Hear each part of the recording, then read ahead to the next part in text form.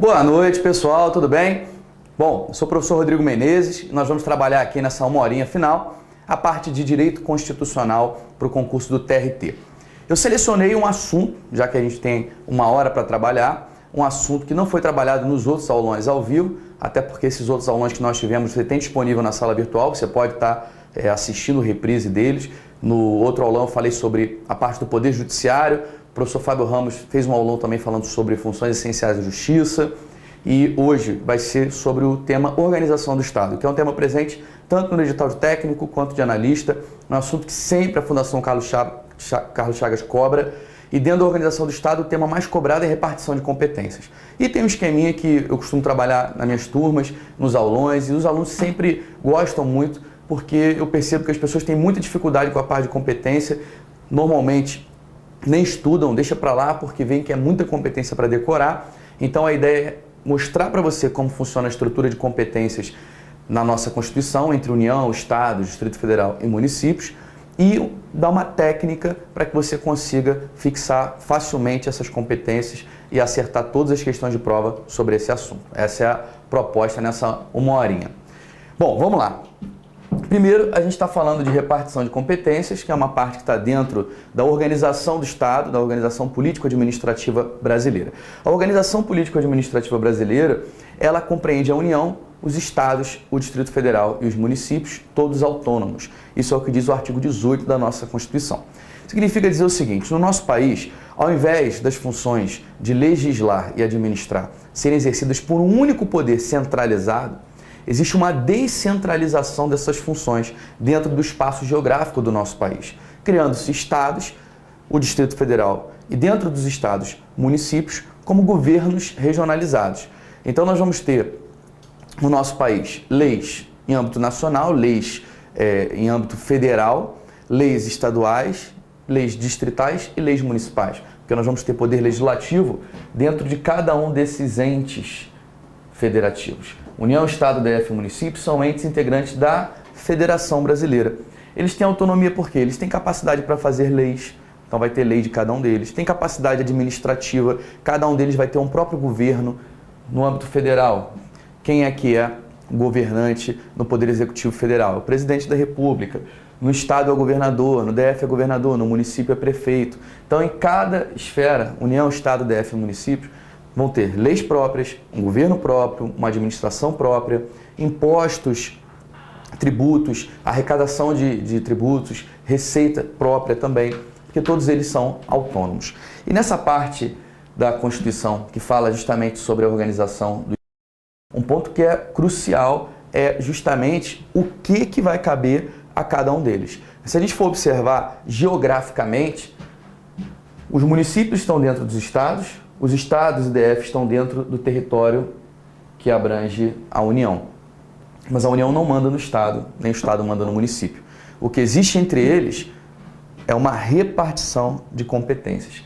Cada um tem as suas funções definidas na Constituição, dentro dos limites traçados na Constituição, dizendo o que cada um pode fazer ou não. Então não é porque a União abrange todo o território nacional que o presidente da República e o Congresso Nacional podem fazer o que quiserem dentro do nosso país. Não, eles só podem exercer aquelas atribuições definidas dentro da competência da União, no caso o presidente, dentro das competências do Poder Executivo, e o Congresso Nacional, o Poder Legislativo, só vai poder fazer leis sobre os assuntos que estão dentro da competência da União. Então não existe hierarquia entre União, Estado, DF e município. Isso é uma afirmativa que muitas vezes cai em prova. Há hierarquia entre os entes federativos? Não, não há hierarquia. O que há entre eles? Como é que eles vão funcionar harmonicamente? Através de uma repartição de competências fixada na própria Constituição Federal. Então o Estado brasileiro, a República Federativa do Brasil, é detentora de soberania, é independente, não está subordinada a nenhum governo externo. E dentro desse Estado brasileiro, a nossa Constituição, que é a lei maior do nosso país, divide as funções entre União, Estado, DF e municípios. Principalmente nessa parte da organização do Estado, a gente vai ver a divisão de funções administrativas e de funções legislativas. A gente vai estar falando bastante sobre isso. Por enquanto, quero que você lembre quais são os entes que integram a Federação Brasileira: União, Estados, Distrito Federal e municípios. Quem detém soberania? Só o Estado brasileiro, a República Federativa do Brasil. União, Estado, DF, municípios têm autonomia. Autonomia significa que eles têm capacidades, poderes, dentro dos limites traçados na nossa Constituição. E soberania, Rodrigo? Soberania quer dizer que é independência, não está subordinado a nada, a ninguém. O Estado brasileiro não recebe ordens externas, ele tem independência nas suas relações internacionais. E a soberania do Estado também estabelece que o Estado tem o poder de impor a ordem, a lei, a justiça internamente. E aí, qual é a norma inicial desse Estado que vai estruturar justamente essa soberania? É a nossa Constituição. Então, a Constituição da República Federativa do Brasil é uma expressão clara da soberania do Estado brasileiro. E essa Constituição, internamente, dá limites, poderes limitados para a União, Estado, DF e município. Muita gente confunde União com a República Federativa do Brasil porque o espaço geográfico é o mesmo. O espaço geográfico da República Federativa do Brasil é o mesmo da União. A diferença é que quando a gente fala em República Federativa do Brasil, a gente está abrangendo a União, os estados, DF e municípios. Quando a gente fala União, são apenas aquelas funções atribuídas à União. Não abrange as funções dos estados, nem do DF, nem dos municípios. Internacionalmente, você pode até anotar essa observação, quem vai representar a República Federativa do Brasil nas relações internacionais vai ser a União. Então a União não é detentora de soberania, mas sim de autonomia. Mas quando a União estiver representando a República Federativa do Brasil nas suas relações internacionais, a União vai estar exercendo soberania. Ela vai ter soberania? Não. Ela apenas vai exercer soberania em nome da República Federativa do Brasil. Bom, isso é apenas uma introdução. O ponto mesmo que eu quero trabalhar aqui é repartição de competências, que é justamente o ponto central da organização do Estado brasileiro. As funções entre União, Estados, Distrito Federal e municípios precisam ser divididas. Por quê? Senão seria uma confusão, né? Ou teria que ter uma estrutura hierárquica e aí não seria uma federação. Se a União mandasse no Estado, o Estado mandasse no município, o Estado e o município não teriam autonomia, então não seria realmente uma estrutura federativa. Dentro da federação, os entes são autônomos e isso traz como consequência a necessidade de cada um ter suas competências definidas pela própria Constituição. Então, primeiro ponto, repartição de competências. Quem divide as competências entre União, Estado, DF e municípios é a própria Constituição Federal. Ela que vai dizer o que cabe a cada um.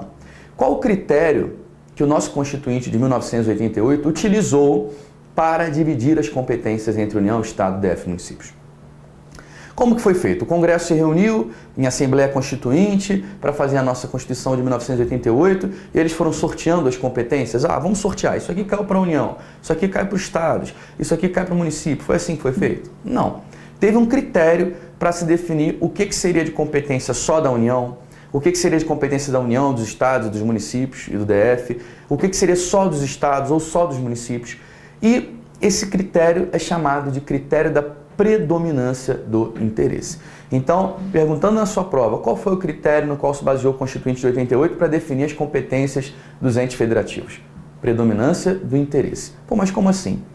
Como a União abrange todo o território nacional, ela vai ter interesse geral. Aquelas questões que interessem ao país como um todo vão ser atribuídas à União. Aquelas questões que não importa se você está no Acre, se você está em Roraima, não importa se você está no Rio Grande do Sul, aquelas questões que precisam e devem preferencialmente ser tratadas de uma maneira uniforme, igualitária no país todo, vão ser atribuídas à competência da União. Já os assuntos de interesse predominantemente regional, que embora possa ter reflexos gerais e locais, mas predominantemente regional, no âmbito geográfico de cada um dos estados, vai ser de competência do Estado.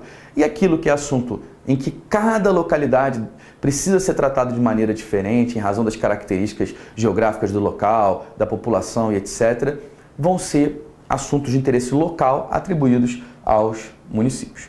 Nós temos um ente federativo, que é o Distrito Federal, que ele tem uma característica diferente dos estados e dos municípios e da União. Por quê? O Distrito Federal, ele está geograficamente dentro do território da União, mas não tem nenhum município dentro dele. Então é como se ele fosse um estado sem municípios. E, por isso, ele vai assumir as competências dos municípios. Então o Distrito Federal ele vai tanto atuar nos assuntos de interesse regional, que seriam as competências atribuídas aos estados, quanto ele vai ter aquelas competências que seriam atribuídas aos municípios. O Distrito Federal acumula esses interesses regional e local. Então, o critério da predominância do interesse é isso, não tem mistério.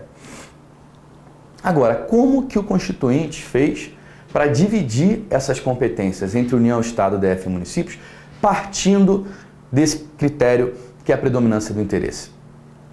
Será que o Constituinte conseguiria pensar em todas as atribuições possíveis para os entes federativos? Seria muito difícil. Muito difícil você conseguir elencar tudo que cada um poderia fazer. Então, dizer tudo que cabe à União, tudo que cabe ao Estado, tudo que cabe ao DF, tudo que cabe ao município, isso nenhuma Constituição ou pouquíssimas Constituições no mundo fazem. Em geral, como que se faz numa federação? A exemplo da Federação Norte-Americana, que foi a primeira federação que surgiu no mundo. Elenca-se as competências de um ente federativo e o que sobra fica para o outro. Nos Estados Unidos só tem União e Estados. Então, são elencadas as competências da União e tudo que sobra fica para o Estado. No Brasil, temos União, Estado, Distrito Federal e municípios. Então, como que vai fazer a Constituição? Vai dizer o que é da União e o que sobra fica para os outros três? Não tem como. Então, como é que fez a nossa Constituição?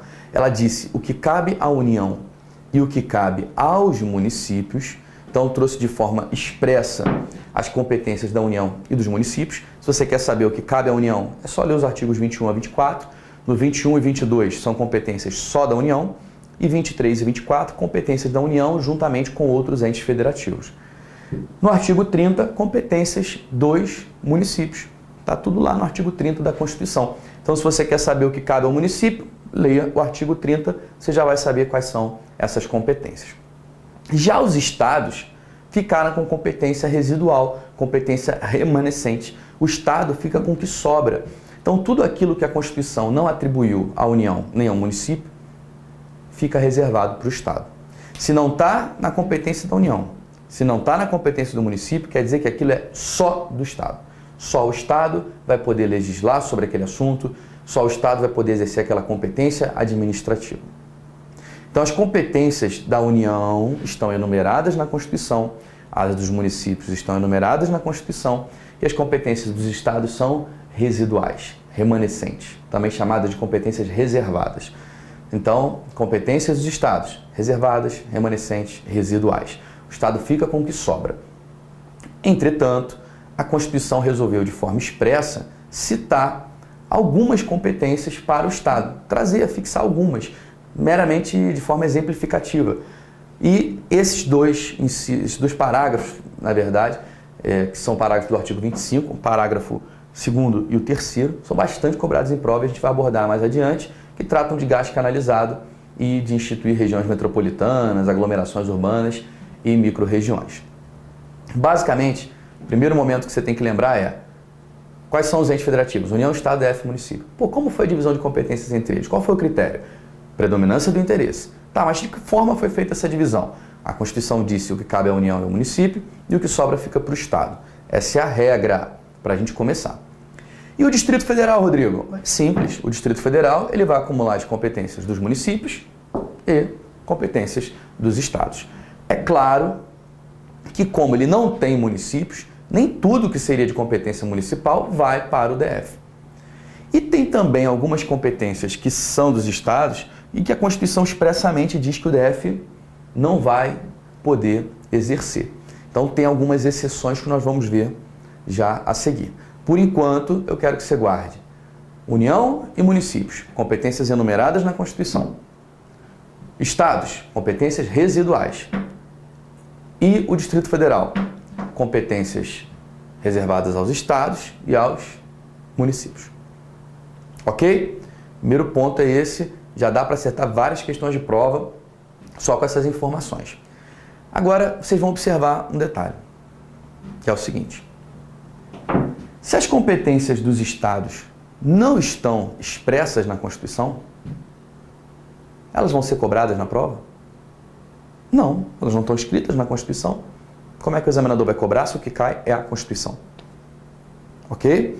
Só pode cair na prova em relação ao Estado que cabe ao Estado a competência reservada, remanescente, residual, O gás canalizado é região metropolitana, ponto. Não tem como cair outra competência do Estado na prova, porque só essas é que são tratadas na Constituição. Competência do Distrito Federal. Ora, é competência de Estado, mas município. Então também não tem mistério. Se você sabe a competência do município, você vai saber que aquilo cabe ao DF. Do Estado, a Constituição não define, não determina cada uma delas, então também não pode cair essas competências para o DF. A única coisa que vai te perguntar na prova em relação ao DF é: qual a competência do DF? Competências dos estados e dos municípios. E podem trabalhar, né, o examinador pode até trabalhar com as exceções que a gente já vai ver. E aí você já percebe que o que realmente você vai ter que ler e saber são as competências que estão enumeradas no texto constitucional. Ou seja, artigos 21 a 24 e artigo 30. Com esses artigos, você já mata todas as questões de competência. Só que tem um detalhe. 21, 22, 23 e 24, eu vou dar um macete para você só precisar ler o 23 e 24. O 21 e 22 você nem vai precisar ler e vai acertar todas as questões de prova, mesmo sem ler o 21 e o 22. Só você esperar até o final da aula que você vai saber. Então, basicamente, a gente vai ter que decorar 23, 24 e 30. Pronto, já vai acertar todas as questões de prova sobre repartição de competência. Tá? Vamos então avançar para a gente ver como é que vai ser feito isso. Vamos começar, primeiro, memorizando as competências dos municípios, porque são menores. Só o artigo 30 tem 9 incisos, rapidinho a gente mata o artigo 30, já memoriza, já não erra mais questão de prova. Por quê? Do que está enumerado na Constituição é o seguinte: se eu sei o que está enumerado para o município, Estado, não tem nada enumerado na Constituição, só duas competênciazinhas. DF é competência de município mais Estado. Se eu sei o que está para o município, eu sei o que está para o Estado, eu sei o que é do DF. E tudo que não é nem do município, nem do Estado, nem do DF, vai ser de quem? Da União. Aí é questão de você raciocinar dentro do contexto. Se a banca pega, essa competência aqui é de quem? Aí você vê, pô, não é do município não, isso aqui não está na lista do município. Também não está nas do Estado não, então também não é do DF. Só pode ser de quem? União. E a maioria das questões de prova abordam competência justamente da União.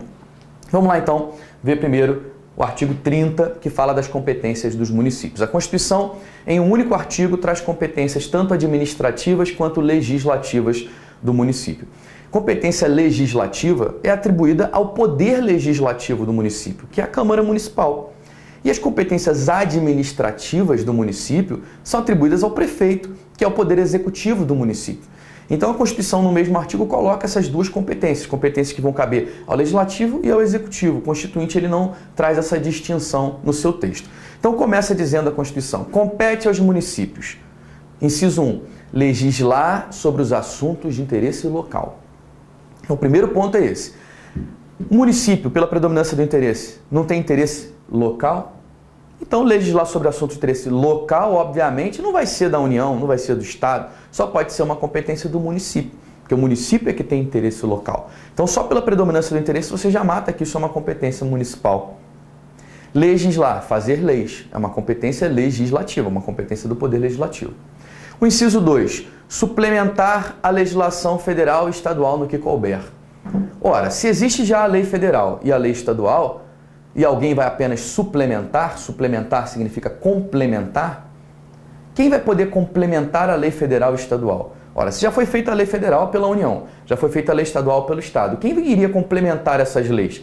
Ora, quem está ali, né, geograficamente dentro do Estado e da União para poder complementar aquela norma da União e do Estado? Obviamente só pode ser o município.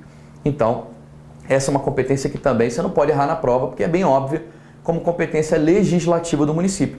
O município vai fazer leis complementando as leis da União e dos estados para atender às peculiaridades, às diferenças de cada município. Cada município tem suas peculiaridades, tem suas características próprias e para isso a necessidade de uma lei complementando a lei da União e do estado para adequar aquelas normas à realidade daquele município. Então, quando bota aqui no que couber, quer dizer, para atender às suas peculiaridades, de acordo com as diferenças que tem. Suplementar, complementar a norma federal e estadual. O inciso 3 já traz uma competência administrativa, em parte legislativa. Começa falando: instituir e arrecadar os tributos de sua competência. Instituir tributo, um tributo só pode ser criado por lei. Então, quem vai instituir o tributo vai ser o legislador. Então, instituir tributo é competência legislativa, vai ser a Câmara dos Vereadores que vai aprovar as leis criando os tributos, os impostos municipais. Criando os tributos em geral, não só os impostos, taxas e etc. Então, lei municipal vai estar justamente criando esses tributos. Vai instituir e também cabe ao município a arrecadação. Aí já é uma função administrativa arrecadar os tributos de sua competência. Quer dizer, existem tributos que são de competência da União, tributos que são de competência do Estado, existem tributos que são de competência do município. Aqueles tributos que são de competência do município, como o IPTU, Imposto Predial e Territorial Urbano, quem vai instituir qual vai ser a alíquota do IPTU vai ser a própria lei municipal. Quem vai arrecadar o IPTU vai ser o próprio município. Então, instituir e arrecadar os tributos de sua competência, isso é meio que óbvio. Ora, se é de competência do município o tributo IPTU, é ele que vai instituir e ele que vai arrecadar. Então fica bem tranquilo. Da mesma forma que a União vai instituir os seus tributos e os estados vão instituir os seus tributos. Cada um vai poder legislar sobre tributo dentro daquilo que cabe a ele, dentro dos tributos que cabem a cada um dos entes federativos. Sem prejuízo da obrigatoriedade de prestar contas e publicar balancetes nos prazos fixados em lei. Quando diz aqui sem prejuízo da obrigatoriedade, quer dizer que o município, embora possa instituir e arrecadar tributos, ele vai ter que prestar contas das suas despesas, dos seus gastos, da sua arrecadação e publicar balancetes do que entrou e do que saiu dentro da receita do município.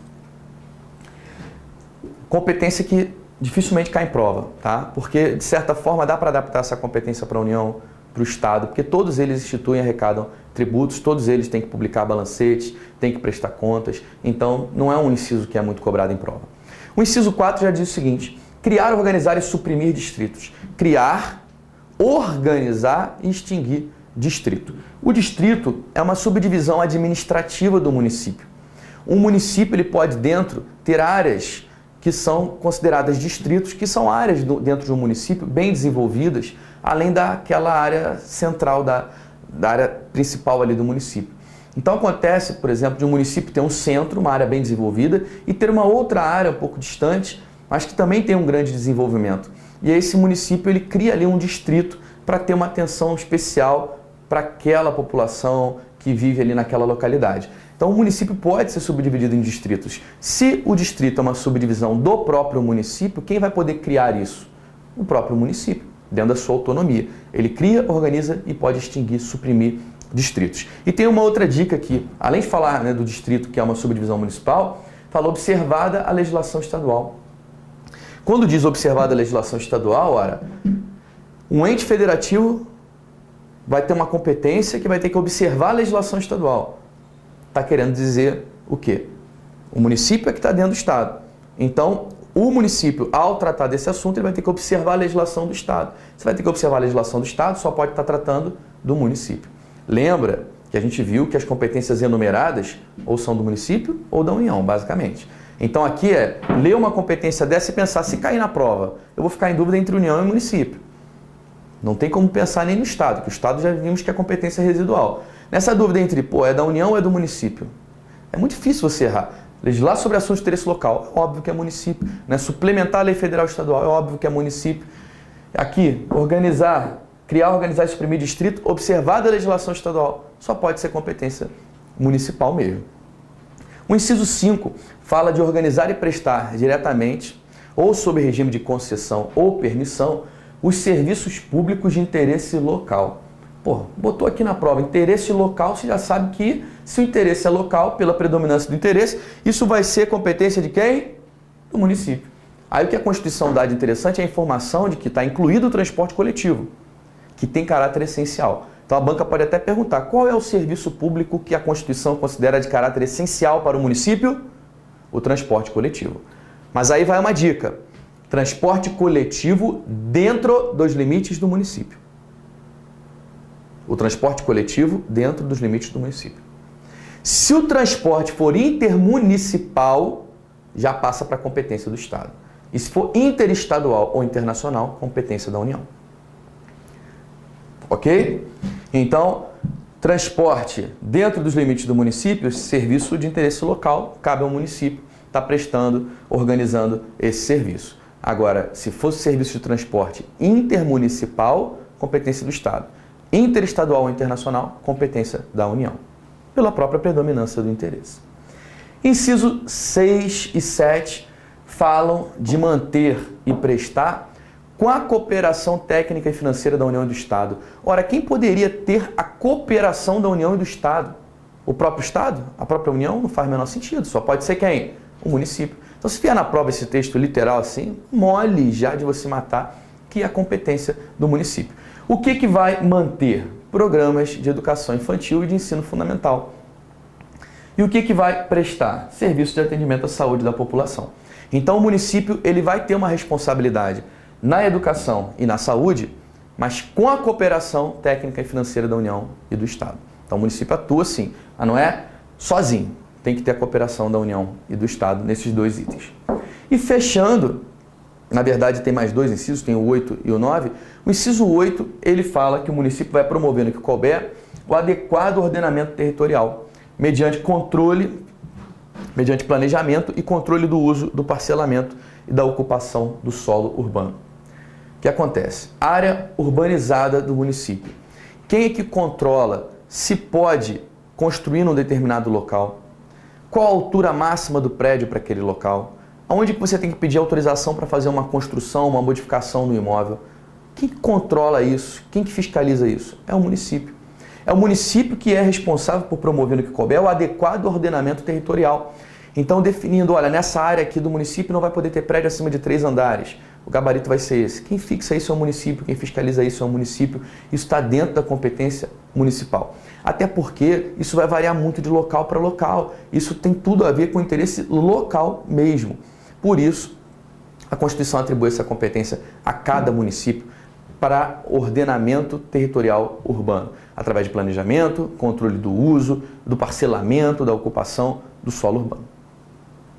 E o inciso 9, fechando essas competências municipais, fala que o município vai promover a proteção do patrimônio histórico e cultural local. Ora, se já trouxe ali a palavrinha local, matou. Já sabe que é a competência do município. Ele ainda dá mais dica.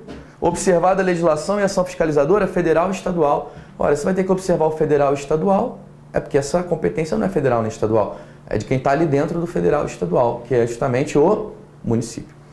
Então, lendo mais 2 vezes esse artigo 30, você já vai ter memorizado facilmente essas competências. Eu duvido se cair em prova você erra. E aí, você já sabe as competências dos municípios. Olha como é que já facilitou a sua vida. Se você já sabe as competências dos municípios, já não erra a questão de prova sobre isso. DF, competência de Estado mais município. Estado, competências residuais ou remanescentes ou reservadas. E gás canalizado e região metropolitana. Ora, o que a Constituição fala sobre gás canalizado e região metropolitana? E aí é um ponto que você tem que ficar muito atento, porque tem a palavrinha local. E aí muita gente, apareceu a palavra local, já pensa que é competência de quem? Do município. Mas nesse caso, explorar os serviços locais de gás canalizado na forma da lei, cabe aos estados. Explorar diretamente ou mediante concessão os serviços locais de gás canalizado. Serviço local de gás canalizado. Então, serviço de gás canalizado não é gás de botijão, não, é gás canalizado. Quem é que vai explorar esse serviço? Ou por conta própria ou por meio de uma concessão ou permissão? O Estado. Aí essa competência realmente tem que ficar atento, não pode esquecer, porque é uma competência que a Constituição traz de forma expressa para o Estado e vai ser na forma da lei. Quando fala na forma da lei, lei do Estado, lei estadual. Vedada a edição de medida provisória para a sua regulamentação. Quer dizer, o governador do Estado, ainda que ele tenha o poder de editar medidas provisórias, ele não vai poder fazer uma medida provisória tratando da exploração do serviço local de gás canalizado. Esse assunto só pode ser tratado por lei. E aí tem que ser uma lei realmente aprovada pela Assembleia Legislativa, pelo Poder Legislativo do Estado. E a outra competência que está expressa para o Estado é instituir regiões metropolitanas, aglomerações urbanas e micro-regiões, que são constituídas pelo agrupamento de municípios limítrofes, para integrar a organização, planejamento e execução de funções públicas de interesse comum. Se trata basicamente de pegar municípios que têm características comuns, próximos, e montar uma organização entre eles, uma estruturação entre eles, para que vários serviços funcionem de forma conjunta. Então você pega 3, 4 municípios e integra ali o serviço de saúde, integra o serviço de educação, por exemplo, para que consiga atender melhor as necessidades da população.